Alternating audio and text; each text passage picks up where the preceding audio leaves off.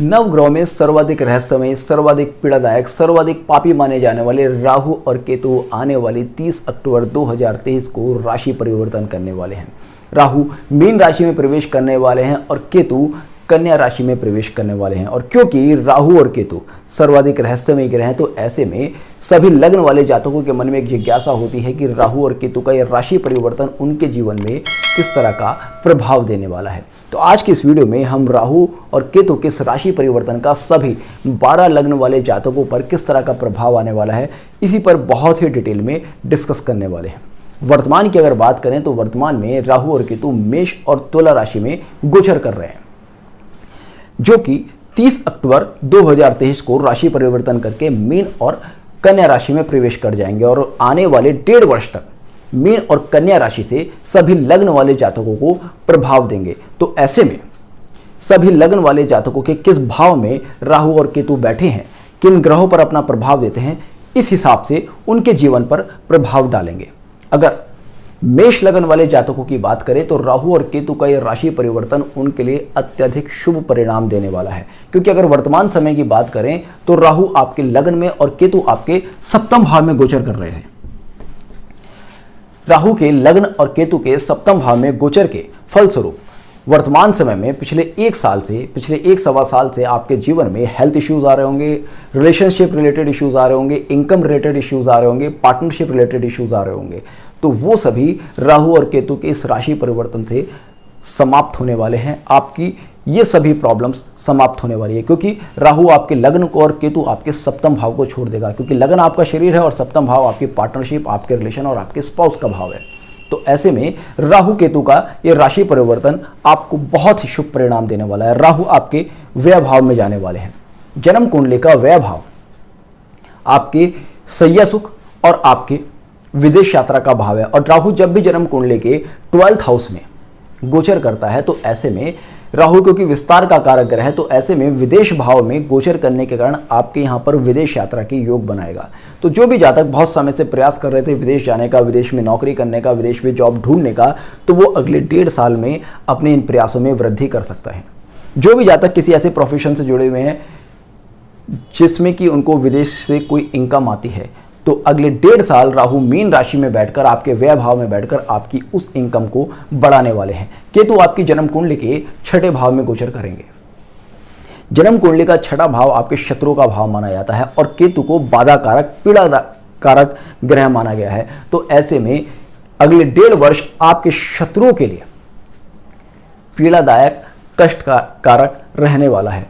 केतु क्योंकि मुकदमेबाजी का कारक ग्रह भी है और केतु आपकी जन्म कुंडली के 6ठे भाव, जैसे कि मुकदमे का भाव कहा गया है, वहां पर गोचर कर रहा है। तो संभव है कि केतु ने आपके सप्तम भाव में बैठकर जो आपके रिलेशनशिप में प्रॉब्लम्स दी थी उनको यहां पर लिटिगेशन में कन्वर्ट करता हुआ दिखे। किंतु आपको घबराना नहीं है, क्योंकि पिछले 1 साल से जो आपके रिलेशनशिप में इश्यूज आ रहे थे उससे आपको इन मुकदमेबाजी की वजह से या इन शत्रुओं की वजह से कहीं ना कहीं कुछ ना कुछ रिलीफ मिलेगा। आपको लगेगा कि भाई ठीक है, चलो एक मुकदमा हो गया, ठीक है, मगर रोज रोज की टेंशन छूटी।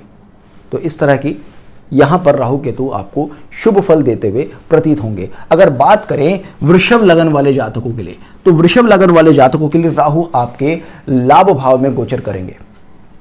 राहु जब भी जन्म कुंडली के लाभ भाव में गोचर करते हैं तो ऐसे में आपकी इनकम को बहुत ज़्यादा बढ़ा देते हैं।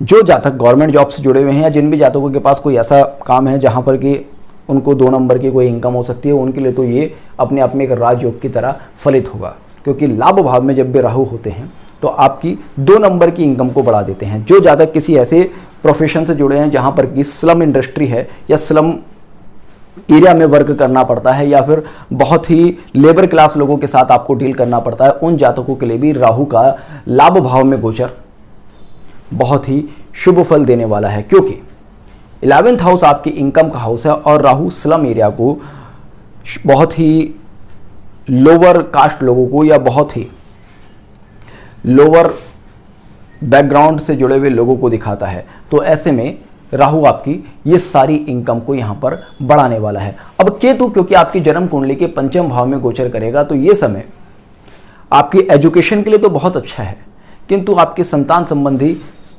मामलों के लिए ये यहाँ पर बहुत अच्छा नहीं है। तो ऐसे में कह सकते हैं कि जो भी इस समय आने वाली संतान के लिए प्लानिंग कर रहे हैं उनको यहाँ पर थोड़ा सा ध्यान रखने की ज़रूरत है। जो भी प्रेग्नेंट हैं उनको यहाँ पर ध्यान रखने की ज़रूरत है, और जो भी एजुकेशन से जुड़े हुए स्टूडेंट्स हैं उनको अपनी एजुकेशन में और भी ज़्यादा फोकस करने की ज़रूरत है, क्योंकि जन्म कुंडली के पंचम भाव में आकर केतु कहीं ना कहीं इन सारी चीज़ों में परेशानियों को क्रिएट करेगा। बात करते हैं मिथुन लगन वाले जातकों के लिए। तो मिथुन लगन वाले जातकों की या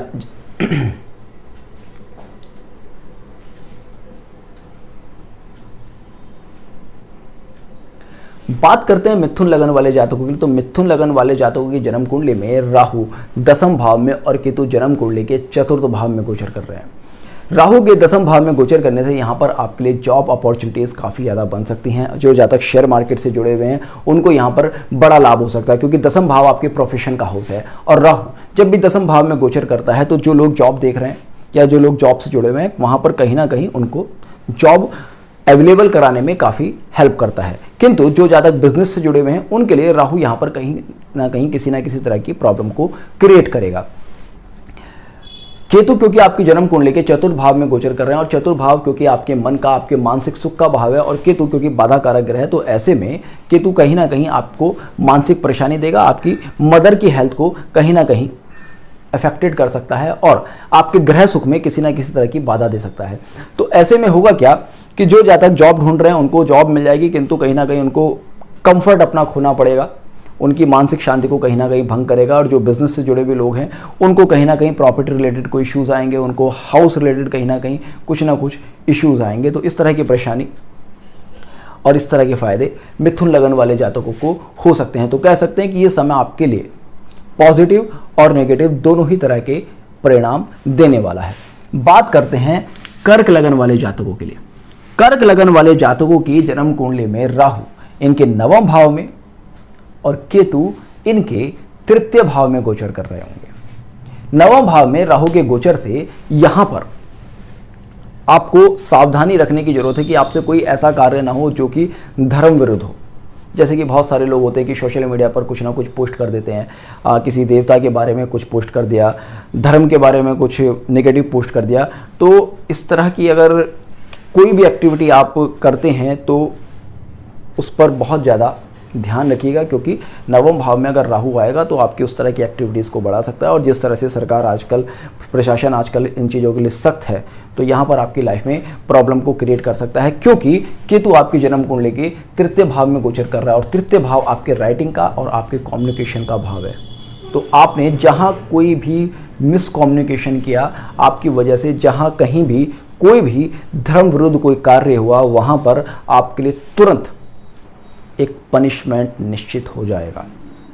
तृतीय भाव में केतु का गोचर उन जातकों को कई बार बहुत ज़्यादा फायदा दे सकता है जो कि मोबाइल इंडस्ट्री से जुड़े हुए हैं, नेटवर्किंग की इंडस्ट्री से जुड़े हुए हैं, क्योंकि तृतीय भाव में केतु आपको राइटिंग स्किल, कम्युनिकेशन स्किल देता है। तो जो राइटिंग स्किल, कम्युनिकेशन स्किल या सोशल मीडिया में किसी तरह का वर्क कर रहे हैं उनके लिए अच्छा है, किंतु ये चीज़ ध्यान रखें आपका वर्क किसी भी तरह से जन भावनाओं को प्रभावित ना करे, अदरवाइज ये आपके लिए बहुत ही ज़्यादा नुकसानदायक होगा।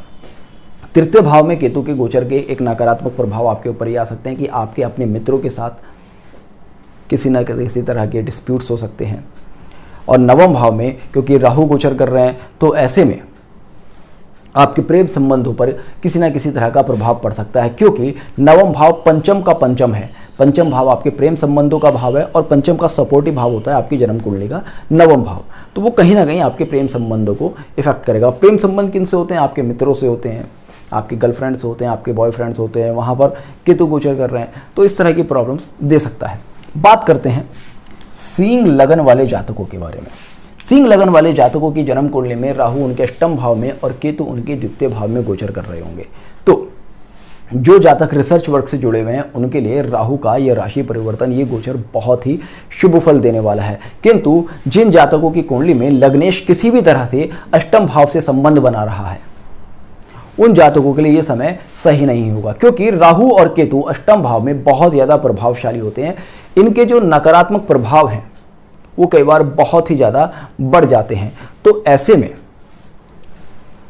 सिंह लगन वाले जातकों को अपने लग्नेश की स्थिति को देखकर कार्य करने की आवश्यकता है। बाकी रिसर्च में तो आपको कहीं ना कहीं बढ़िया सा फल देंगे। जो लोग पेट्रोलियम से रिलेटेड किसी बिजनेस से जुड़े हुए हैं, जो माइनिंग से रिलेटेड किसी तरह के बिजनेस से जुड़े हुए हैं, उनके लिए ये समय बहुत अच्छा होने वाला है। और केतु क्योंकि आपकी जन्म कुंडली के द्वितीय भाव में बैठे हैं, तो द्वितीय भाव आपकी फैमिली का हाउस है, तो यहाँ पर आपको अपनी फैमिली से संबंध मधुर बनाने की कोशिश करनी है, क्योंकि द्वितीय भाव में केतु बैठकर आपकी फैमिली लाइफ को कहीं ना कहीं इफेक्टेड करने की कोशिश करेंगे। बात करते हैं कन्या लगन वाले जातकों के लिए। कन्या लगन वाले जातकों के लग्न में ही केतु और सप्तम भाव में राहु का गोचर होने वाला है। तो ऐसे में राहु का क्योंकि आपके सप्तम भाव में गोचर है, तो यहाँ पर आपकी मैरिड लाइफ में, आपकी पार्टनरशिप में कहीं ना कहीं राहु बहुत ज़्यादा प्रॉब्लम्स क्रिएट करने वाले हैं। जो जातक इस समय विवाह का सोच रहे हैं, उनको मैं समझता हूं कि अगले 1.5 वर्ष और इंतजार करना चाहिए। आपने जहां इतना इंतजार किया और 1.5 वर्ष इंतजार कीजिएगा, क्योंकि सप्तम भाव में जब राहु गोचर करता है तो ऐसे में कई बार विवाह को लेकर, प्रेम संबंधों को लेकर, रिलेशनशिप को लेकर कई बार गलत डिसीजंस हम ले लेते हैं। तो ऐसे में अगर राहु आपकी जन्म कुंडली के सप्तम भाव में गोचर कर रहे हैं और किसी वजह से आपकी जन्म कुंडली में मंगल और शुक्र भी पीड़ित हैं या सप्तम भाव या सप्तमेश पीड़ित हैं, तो ऐसे में तो आपको निश्चित तौर पर इंतजार करना चाहिए। अब केतु क्योंकि आपके लगन में गोचर कर रहे हैं, तो ऐसे में यहाँ पर आपको हेल्थ इश्यूज दे सकते हैं। तो जिन जातकों को ब्रेन से रिलेटेड कोई समस्या है, नर्वस सिस्टम में कोई समस्या है, गले में कोई समस्या है या कानों में कोई समस्या है, उन जातकों को यहाँ पर ध्यान देने की सबसे ज़्यादा ज़रूरत है। बात करते हैं तुला लगन वाले जातकों के बारे में। तुला लगन वाले जातकों के लिए राहु आपके जन्म कुंडली के 6th हाउस और केतु आपके जन्म कुंडली के 12th हाउस में गोचर कर रहे हैं। तुला लगन वाले जातकों के लिए राहु केतु का राशि परिवर्तन काफी शुभ फल देने वाला है, क्योंकि अब तक तुला राशि में केतु गोचर कर रहे हैं, तो केतु अपना राशि परिवर्तन करके आपके व्यय भाव में पहुंच जाएंगे और राहु आपके 6th हाउस में पहुंच जाएंगे। तो यहाँ पर जो भी आपको हेल्थ इश्यूज चलते आ रहे थे, जो भी आपके रिलेशनशिप रिलेटेड इश्यूज चलते आ रहे थे, वो यहाँ पर काफ़ी हद तक सॉल्व हो जाएंगे। और क्योंकि राहु आपकी जन्म कुंडली के 6ठे भाव में प्रवेश कर जाएंगे, तो यहाँ पर शत्रुहंता योग का निर्माण करेंगे। जो जातक अपने शत्रुओं से बहुत समय से परेशान थे, किसी तरह की लिटिगेशंस में फंसे हुए थे, रिलेशनशिप में बहुत ज़्यादा प्रॉब्लम चल रही थी, उनके लिए अच्छा समय है। और साथ ही साथ केतु क्योंकि आपके व्यय भाव में गोचर करेंगे, तो ऐसे में आपको शॉर्ट जर्नी करा सकता है। जैसे मेष लगन वालों के लिए राहु 12th हाउस में बैठकर लॉन्ग जर्नी करा रहा था, वैसे ही क्योंकि केतु छोटी दूरी की यात्राओं का कारक है, तो ऐसे में आपके व्यय भाव में बैठकर केतु आपको छोटी मोटी यात्राएं करा सकता है। लंबी दूरी की छोटी मोटी यात्राएं, मतलब टाइम पीरियड कम होगा। तो विदेश अगर आप जाना चाहते हैं 2, 4, 10 दिन के लिए, तो वो पॉसिबल है, किंतु एक लंबे टाइम के लिए आप जाना चाहते हैं, सेटल होने का प्रयास वहाँ करना चाहते हैं, तो आपकी जन्म कुंडली के योग अगर सपोर्ट कर रहे हैं तो अलग बात है। बाकी ये गोचर उस चीज़ में आपकी हेल्प नहीं कर सकता। राहु क्योंकि आपकी जन्म कुंडली के 6th हाउस में गोचर कर रहे हैं, तो ऐसे में अगर आपकी जन्म कुंडली में कोई बहुत ही स्पेशल डिसीज का योग है तो वो एक्टिव हो सकता है। अदरवाइज राहु यहाँ पर आपको कोई विशेष परेशानी देने वाले नहीं हैं। बात करते हैं वृश्चिक लगन वाले जातकों के बारे में। तो वृश्चिक लगन वाले जातकों की जन्म कुंडली में राहु उनके पंचम भाव में और केतु उनके लाभ भाव में गोचर करेंगे। अब पंचम भाव आपकी विद्या, बुद्धि और संतान का भाव है, तो यहाँ पर आपकी संतान को कोई परेशानी हो सकती है। जो जातक एजुकेशन ले रहे हैं, स्टूडेंट्स हैं, उनके एजुकेशन में किसी न किसी तरह की परेशानियां आ सकती हैं। अब क्योंकि केतु आपके लाभ भाव में गोचर कर रहे हैं और लाभ भाव आपकी इनकम का भाव होता है, तो ऐसे में यहाँ पर आपकी इनकम में किसी ना किसी तरह की कोई परेशानी आ सकती है। हो सकता है जैसे कि अक्सर कुछ लोग कहते हैं कि मेरा अच्छा खासा बिजनेस चल रहा था, मेरी अच्छी खासी जॉब थी, वहाँ पर मेरी इनकम लगातार डाउन हो गई, तो अगले 1.5 साल आपको उस तरह की समस्या देखने के लिए आ सकती है। तो बेहतर है कि अगर आपका वृश्चिक लगन है और आपकी जन्म कुंडली में शनि की स्थिति भी अपने आप में काफ़ी ज़्यादा महत्वपूर्ण है। अगर शनि के ऊपर केतु का गोचर हो रहा है, शनि किसी तरह से आपकी जन्म कुंडली में पीड़ित है, तो अगर आप जॉब स्विच करते हैं या अपने बिजनेस में किसी तरह का चेंज करना चाहते हैं, तो उस चीज़ के लिए आप और 1.5 वर्ष इंतजार कीजिएगा। अदरवाइज़ आपकी इनकम इफेक्टेड हो सकती है। जो स्टूडेंट्स कंपटीशन की तैयारी कर रहे हैं, उनको अपने स्टडी पर और भी ज़्यादा फोकस करने की ज़रूरत है। अदरवाइज़ राहु यहाँ पर आपकी स्टडी में किसी न किसी तरह का ब्रेक देने की कोशिश कर सकता है। बात करते हैं धनु लग्न वाले जातकों के बारे में। धनु लग्न वाले जातकों के लिए राहु उनकी जन्म कुंडली के चतुर्थ भाव में और केतु उनके दसम भाव में गोचर करेंगे। अब चतुर्थ भाव आपके ग्रह सुख, माता सुख का है, मानसिक सुख का है, तो ऐसे में राहु का यहाँ पर गोचर आपको निश्चित तौर पर मानसिक परेशानी क्रिएट करने वाला है। और साथ ही साथ क्योंकि चतुर्थ भाव आपकी छाती का, आपके फेफड़ों का भाव है, तो जिन भी जातकों की जन्म कुंडली में चतुर्थ भाव जन्म कुंडली में भी प्रभावित है, उनको अपने छाती से रिलेटेड और फेफड़ों से रिलेटेड किसी भी समस्या को बिल्कुल भी इग्नोर नहीं करना है। यहाँ पर राहु आपको घर भी चेंज करा सकता है, क्योंकि आप देखेंगे जो मीन राशि है वो एक जलीय राशि है, परिवर्तन की राशि है। वहां पर जब राहु गोचर कर रहा है आपके चतुर्थ भाव में, आपके ग्रह सुख के भाव में, तो वहां पर एक वो अच्छा खासा मूवमेंट क्रिएट करने की कोशिश कर सकता है। अगर किसी जातक की जन्म कुंडली में चतुर्थ भाव में चंद्रमा का प्रभाव है तो वो चीज़ें बढ़ने के और भी ज़्यादा चांसेस हैं। अब केतु क्योंकि आपकी जन्म कुंडली के दसम भाव में बैठा है, तो जैसे कि मैंने आपसे कहा कि मूवमेंट के चांसेस हैं, तो कई बार होता है कि मूवमेंट आपके वर्क की वजह से भी बढ़ जाता है। तो राहु केतु एक दूसरे से समसप्तक रहते हैं, तो जब भी हम राहु केतु के परिणामों का विश्लेषण करते हैं तो हमें दोनों ही भावों को देखना पड़ता है। तो चतुर्थ भाव क्योंकि आपके घर का भाव है और दसम भाव क्योंकि आपके प्रोफेशन का भाव है, तो आपका हो सकता है कि जॉब में किसी तरह का चेंज आ जाए, कोई ट्रांसफ़र हो जाए, उस वजह से आपको मूवमेंट मिले, घर चेंज करना पड़ सकता है, या फिर घर पर कुछ समस्या हो उस वजह से आपको जॉब में ट्रांसफ़र लेना पड़े। तो इस तरह की समस्याएं या इस तरह का मूवमेंट अक्सर देखने के लिए मिलता है। अब केतु क्योंकि आपकी जन्म कुंडली के दसम भाव में गोचर कर रहा है, तो ऐसे में आपको आपके वर्क पर भी फोकस करने की बहुत ज़्यादा ज़रूरत है। अदरवाइज केतु कई बार दसम भाव में गोचर करके व्यक्ति का सस्पेंशन लेटर टाइप करा देता है। बात करते हैं मकर लगन वाले जातकों के बारे में। तो मकर लगन वाले जातकों के लिए राहु उनके तृतीय भाव में और केतु उनके नवम भाव में गोचर कर रहे हैं। और केतु का नवम भाव में आना आपकी धार्मिक गतिविधियों को बहुत ज़्यादा बढ़ाने वाला है। ये समय आपके लिए पुण्य प्राप्ति का होने वाला है, क्योंकि नवम भाव में केतु बहुत ही शुभ फल देते हुए देखा गया है, और वो भी इस धार्मिक मामलों में। तो यहाँ पर ये आपके लिए पुण्य वृद्धि का काल है। यहाँ पर आप कोशिश कीजिएगा कि अगर आपने कोई भी अपनी लाइफ में गलत काम किए हैं तो उनका पश्चाताप करने की कोशिश कीजिएगा, पूजा पाठ करने की कोशिश कीजिएगा। जो जातक मंत्र सिद्धि करना चाहते हैं उनके लिए ये समय बहुत अच्छा है। जो हायर स्टडीज़ के लिए जाना चाहते हैं उनके लिए ये समय बहुत अच्छा है। जो जातक बहुत समय से लंबी दूरी की कोई ऐसी यात्रा करना चाह रहे थे जो कि बार बार अटक रही थी, उनके लिए भी केतु का नवम भाव में गोचर बहुत अच्छा है। अब बात करते हैं राहु के तृतीय भाव में गोचर की। तो जो सोशल मीडिया से जुड़े हुए हैं, जो इंस्टाग्राम पर वर्क करते हैं, यूट्यूब पर वर्क करते हैं, और अगर उनका लग्न मकर है तो ये समय आपके लिए बहुत ही शुभ प्रभाव देने वाला है, क्योंकि राहु वायरल करने वाला है। तृतीय भाव कम्युनिकेशन का भाव है, तो ऐसे में तृतीय भाव में जब राहु प्रभाव देगा तो आपने जो भी कुछ अपना कंटेंट शेयर किया है वो कहीं ना कहीं वायरल होने के चांसेस बहुत ज़्यादा हैं। तो ऐसे में यहाँ आप अपने एफर्ट को इंक्रीज़ कीजिएगा ताकि आपकी प्रसिद्धि बढ़ सके। बात करते हैं कुंभ लगन वाले जातकों के लिए। तो कुंभ लगन वाले जातकों के लिए राहु उनके द्वितीय भाव में और केतु उनकी जन्म कुंडली के अष्टम भाव में गोचर करने वाले हैं।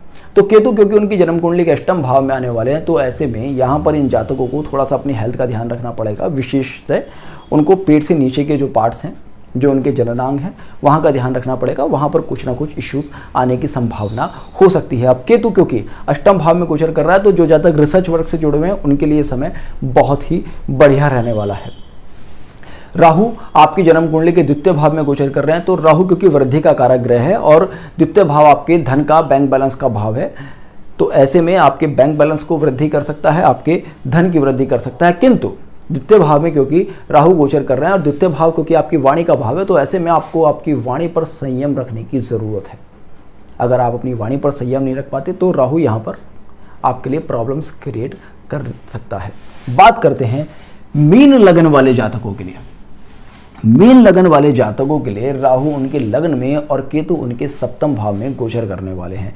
तो ऐसे में मीन लगन वाले जातकों को अगले 1.5 वर्ष बहुत ही ज़्यादा सावधानी से रहने की ज़रूरत है, क्योंकि लग्न में राहु का प्रभाव आपकी हेल्थ को इफेक्टेड कर सकता है, आपकी विचारधारा को दूषित करने की कोशिश कर सकता है, और सप्तम भाव में केतु का प्रभाव आपके रिलेशनशिप को, आपकी मैरिड लाइफ को कहीं ना कहीं डिस्ट्रॉय करने की कोशिश कर सकता है।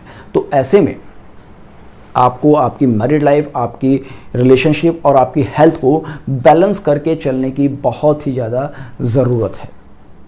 अगर आप बैलेंस नहीं कर पाते तो राहु केतु आपकी लाइफ में अगले 1.5 वर्ष काफ़ी ज़्यादा प्रॉब्लम्स को क्रिएट करने वाले हैं। तो होपफुली आपको आज का वीडियो पसंद आया होगा। तो जुड़ रहेगा अष्टसूत्र के साथ, मिलते हैं नेक्स्ट वीडियो में। तब तक के लिए जय हिंद, जय भारत।